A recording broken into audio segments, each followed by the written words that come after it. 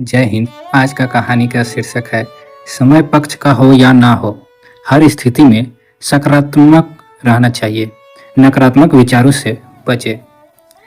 समय कैसा भी हो, हम स्थिति में भगवान का आभार मनाना चाहिए। हर स्थिति में हमारी सोच सकारात्मक ही होनी चाहिए, नकारात्मक से बचना चाहिए। भगवान अपने भक्तों की भलाई ही करते हैं। इस संबंध में एक कथा प्रचलित है।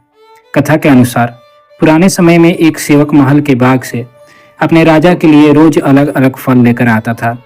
एक दिन राजा के बाग में नारियल, अमरूद और अंगूर एक साथ पक गए। सेवक ने सोच रहा था कि आज राजा के लिए कौन सा फल लेकर जाएं। बहुत सोचने के बाद सेवक ने अंगूर तोड़कर टोकरी में रख ली। अंगूर की टोकरी लेकर वह राजा के पास पहुंचा।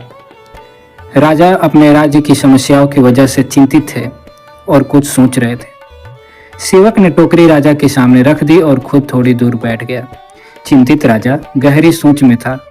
वह टोकरी में से एक एक अंगूर उठाता, कुछ खाता और कुछ सेवक के ऊपर फेंक रहा था।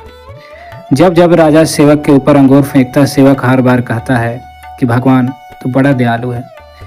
कुछ देर बाद राजा ने ये बात सुनी कि सेवक बोल रहा है भगवान तो बड़ा दयालु है।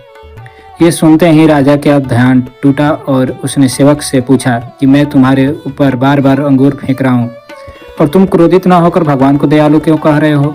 सेवक ने राजा से कहा कि महाराजा, आज बाग में नारियल, अमरूद और अंगूर तीन तरह के पके थे, तीनों फल पके थे। मैं सोच रहा था कि आपके लिए आज क्या लेकर जाऊं।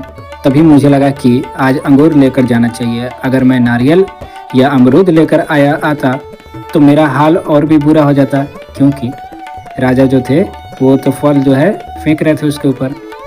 तो इसीलिए मैं भगवान को दयालु कह रहा हूँ। उस समय मेरी बुद्धि ऐसी कर